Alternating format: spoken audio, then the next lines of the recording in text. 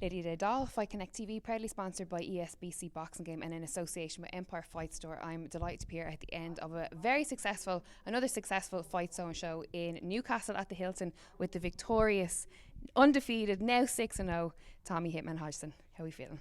Buzzing. I happy with the performance. He was tricky. He was on his bike for 6 rounds. He was sort of pinned down, like, but I done what I had to do, and it's another one ticked off, isn't it? Absolutely. He got smart.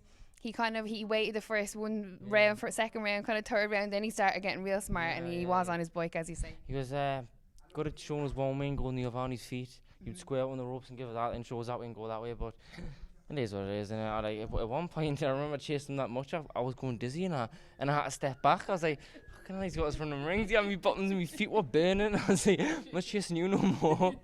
I'll stand here and wait. Some steps I did. What's your count? But listen, let's talk about the knockdown, because I mean it happened very quickly in terms of being at the start of the fight, the early rounds of the fight. I got the crowd, on their feet, got everyone really excited. Talk us through what knocked him down and how you felt. Am I right in thinking this is the first time you've knocked someone down in 6? No. Sorry, manager Jamie's telling me. What his name was? Yeah. Knocked down Pete. But So second. see him, he was constantly squaring up and switching stance, and I think I caught him as he was squaring up with a hook backhand. But as I was throwing shots, he was constantly, even when I was throwing shots, he was on the move. Do you know what I mean? So as I was throwing shots, I had to move with him as well. He was tricky, But I knew I caught him a couple of times to the body, and he was saying I caught him there, so. Yeah, I saw that in the later or after the fight. He was gesturing to his body, to the body shots, which we know that you're kind of now getting well known for. That's something that people are starting to pick up on. It's that sort of like the body shots. I know you're your own fighter, but a lot of people did say are reminiscent of Hitman, Ricky Hitman Hatton as well. With the body shots, who made extremely famous and well known. But getting that knockdown and hearing the fans in your 6th fight getting a little bit more comfortable in there, was it hard to kind of stay relaxed, stay composed? Because I know that's something that your team have been trying to get you to work on. Yeah, 100%.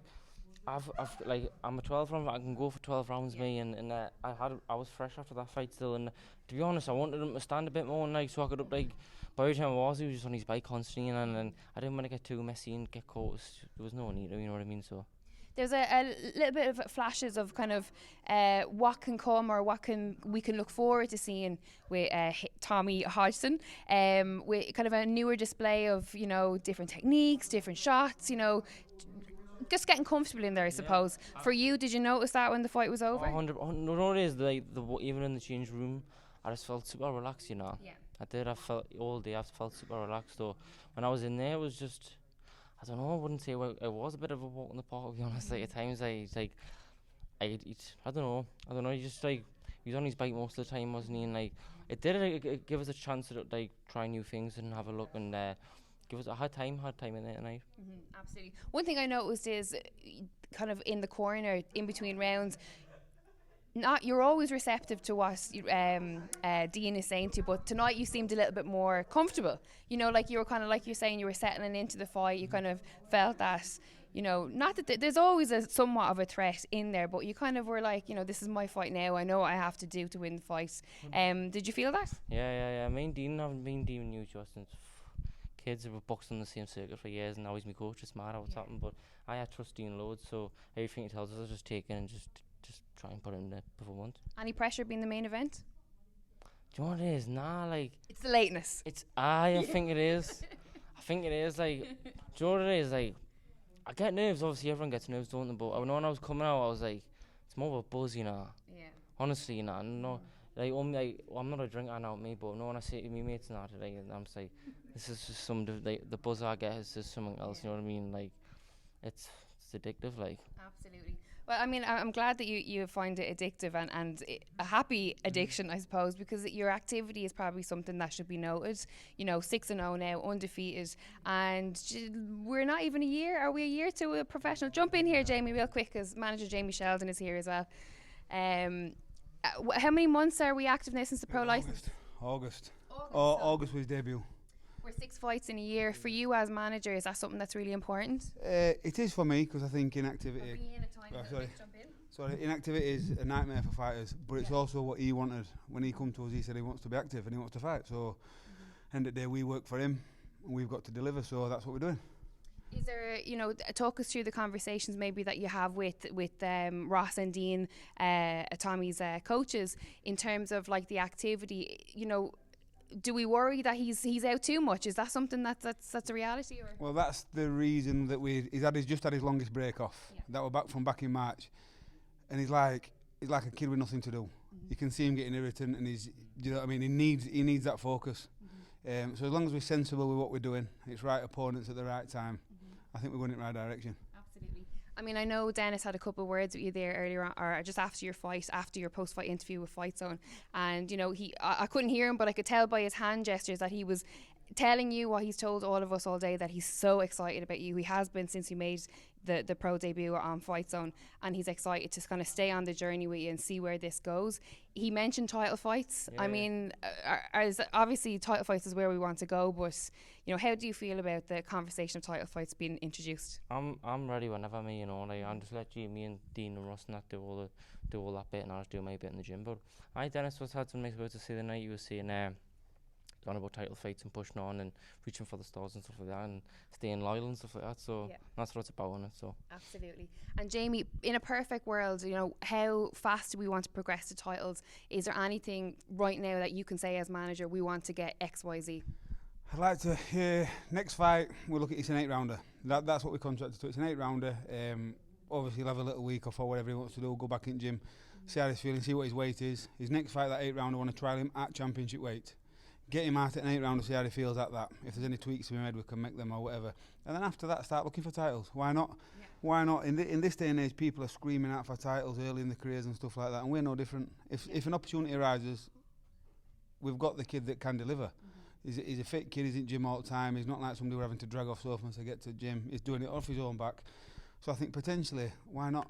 If there's an opportunity there. There's little area titles, I know it's just been contested at lightweight. There's them little titles you can pick up, just not when it's just all title experience down at championship weight for him. So it's all going to develop him for further down the line. We're getting bigger titles, and I do believe he will get them. Absolutely. Final question before I let you go. I know that in the run up to this fight, you had a little bit of an interview, a feature on Newcastle United Football Club, the fan club, which is nearly bigger exposure than Newcastle United's own channel itself, because they've got huge numbers. How are you settling into kind of having these high profile interviews? Good, good. Even just there, right? And like this kid had brought photos, he printed them off himself for us to sign, and I couldn't believe I was doing that. No. I was like 6 or 7 photos, I was doing them back to back, and I was like, I've never done nothing like this in my life. I swear to God. Amazing. And I was like, it's nice, it is nice, but I was like, I'm not going to get my head nothing, you know what I mean? I was doing like this, so. Yeah, you're humble. Nice. That's the part that we love about you. But I mean, I think there's also a part where you need to kind of take stock and get a little bit of an ego, I suppose. Nah.